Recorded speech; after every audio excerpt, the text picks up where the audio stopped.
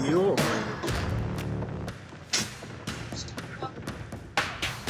Ukraine और रूस का युद्ध अंतिम चरण पर पहुंच चुका है। रूस ने आर पार की ठान ली है, तो वहीं मुकाबले में ना टिकने वाले यूक्रेन ने भी जी जान लगा रखी है।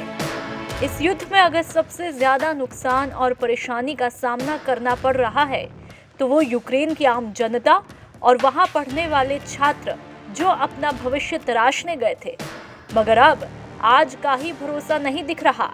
भारत के भी ऐसे हजारों छात्र हैं जो यूक्रेन में फंसे हैं और उन्हें निकालने की जिम्मेदारी केंद्र और राज्य सरकारें बखूबी निभा रही हैं। राजस्थान की तरफ से सीएम गहलोत ने ये जिम्मेदारी सौंपी है धीरज श्रीवास्तव को। ऐसे में राजस्थान तक ने बात की राजस्थान के छात्रों को वापस लाने का जिम्मा उठाने वाले धीरज श्रीवास्तव से। देखिए, on an average it is our estimation because we don't have any exact data of the students who are there, but 600 to 800 का अनुमान है कि इतने बच्चे होने चाहिए। और हम लोगों ने जो प्रोसेस स्टार्ट किया था as per the directions given by our chief minister Gehlot साहब, उसमें जो राजकीय खर्चे पर सारे बच्चों को रिसीव करके और उनको वहाँ से उनके घरों तक पहुँचाने की व्यवस्था हम लोगों ने शुरू कर दी थी। दिल्ली और जयपुर के एयरपोर्ट्स पर हेल्प डेस्क की स्थापना करके और ये काम शुरू हो गया था। 34 students had come back on 23rd and 24th by different flights in Jaipur and Delhi. But 24th की मॉर्निंग में ही ये आउटब्रेक हो गया, जिसकी वजह से सारे एयरपोर्ट्स फ्रीज हो गए और अब कोई फ़्लाइट वहाँ से चल नहीं रही।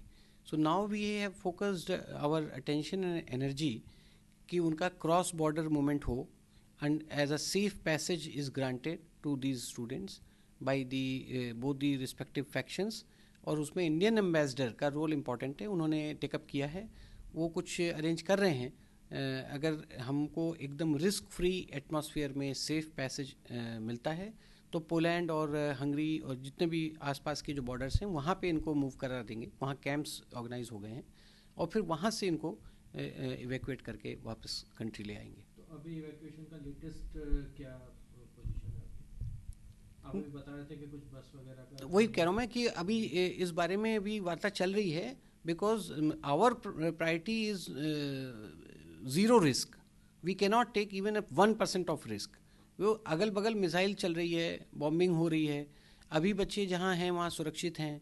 माता पिता को भी, सारे पेरेंट्स को हम लोग की तरफ से यही है, सीएम साहब खुद एक like a parent he is supervising and monitoring the entire ये पूरे जो ऑपरेशंस हो रहे हैं।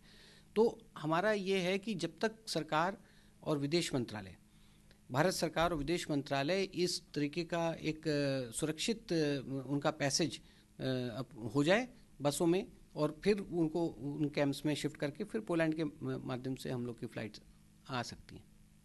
अभी बच्चे पूरी तरह सेफ हैं, कोई प्रॉब्लम नहीं है? देखिए, हम लोगों ने एक व्हाट्सएप ग्रुप बनाया है, उसका लिंक्स हम लोगों ने शेयर किए थे, तो उसमें तमाम बच्चे दूसरे स्टेट्स के भी वो लोग भी ज्वाइन कर रहे हैं। And we have not stopped anybody from coming to us, because अगर राजस्थान सरकार ने एक प्रोएक्टिव मेजर लिया और उनको रीच आउट करने का प्रोसेस स्टार्ट किया, तो we are all Indians first. और अगर हमारे पास कोई जानकारी आती है जो दूसरे स्टेट से रिलेटेड है, तो हम उनके रेजिडेंट कमिश्नर्स को शेयर कर रहे हैं, उनके माध्यम से वो अटेंड कर लेंगे। और हमारे जो बच्चों की तरफ से जो फीडबैक आया है कि अभी 2-3 दिन का स्टॉक फूड का उनके पास है, कैश जो है ख़त्म हो रहा है, ATMs आर नॉट वर्किंग। ये पॉइंट्स भी हम लोगों ने टेकअप किए हैं एम्बेसडर के माध्यम से कि अगर कोई ऐसी स्थिति आती है तो फूड चेन की सप्लाई जो है डिस्टर्ब ना हो, उसके लिए बच्चों को बाहर ना आना पड़े, उनको वहीं मिल जाए खाना पीना। तो ये बच्चों को लाने का खर्चा क्या स्टेट गवर्नमेंट अपनी तरफ से बेयर कर रही है या उनसे लिया जाएगा, जो सारे अरेंजमेंट कर? नहीं, अभी तक तो जो बच्चों ने बुकिंग करी थी, जो फ़्लाइट्स की, वो तो उन्होंने अपनी तरफ से करी थी। बट अगर ऐसी कोई नौबत आती है तो state government will ensure every possible measure including there starting from that point to point.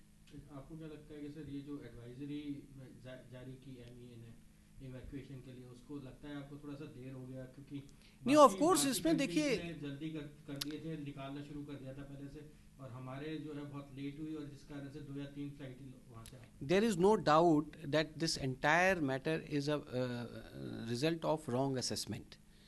और ये असेसमेंट की वॉर होगा तो कब होगा, होगा भी कि नहीं होगा, इसके ऊहापोह के चलते आज बच्चे भी डबल माइंड में रहे। क्योंकि बच्चों के लिए देखिए 2 चीज़ें इंपॉर्टेंट है, पैसा और पढ़ाई।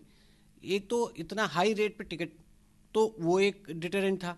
दूसरा, यूनिवर्सिटीज़ ने मना कर दिया कि हम ऑनलाइन क्लासेस नहीं देंगे, आप चले जाओगे तो एब्सेंट लगा देंगे, आपको कोई रिस्क नहीं, आप यहाँ रहिए। तो उन लोगों ने उसी हिसाब से अपना डिसीजन लिया। तो ये असेसमेंट का ये रहा है जिसमें कैलकुलेटिव मिस्टेक्स हुई हैं, इसमें कोई दो राय नहीं है। लेकिन अब जो हो गया उसके ऊपर कोई फ़ायदा नहीं है चर्चा का। अभी जो परिस्थिति सामने है उसमें किस तरीके से हम लोग उनको जब तक वहाँ हैं सुरक्षित रहें, और जब निकलें तो सुरक्षा के वातावरण में अपने घर तक पहुँच पाएँ। आपको क्या लगता है कब तक बच्चे वापस आ जाएंगे, अगर पॉजिटिवली अपन सोचे सब कुछ ठीक रहा? नहीं, सब कुछ ठीक रहा ये तो कहना मुश्किल है कि ठीक कैसे होगा। जैसा मैंने आपको कहा कि 0.1% भी रिस्क टेकिंग कैपेसिटी नहीं है किसी भी गवर्नमेंट की। बच्चे जहाँ हैं वहीं सुरक्षित हैं। अब अगर ऐसा माहौल बनता है तो अगले 2-3 दिन के अंदर अगर सेफ़ पैसेज अलाउ हो जाता है, और सेफ़ पैसेज के लिए दोनों वॉरिंग फैक्शंस कुछ रास्ता निकाल करके कि भाई जो दूसरे नेशनल्स हैं उनको कोई डिस्टर्बेंस ना हो, और वो एग्री करते हैं और सेफ़ पैसेज देते हैं, then I think in 3-4 days something can happen. फिलहाल सरकार अपनी तरफ से हर संभव कोशिश कर रही है। साथ ही राजस्थान तक लगातार आपको यूक्रेन में फंसे छात्रों के साथ ही सरकार की तरफ से उठाए जा रहे कदमों की पल पल की जानकारी आपको मुहैया करा रहा है। राजस्थान तक उम्मीद करता है जल्द से जल्द यूक्रेन में फंसे छात्र अपने घर लौट आए, ताकि उनके परिजन राहत की सांस ले सके और यूक्रेन रूस के बीच जारी जंग पर जल्द से जल्द फैसला हो सके, ताकि यूक्रेन की जनता राहत की सांस ले सके।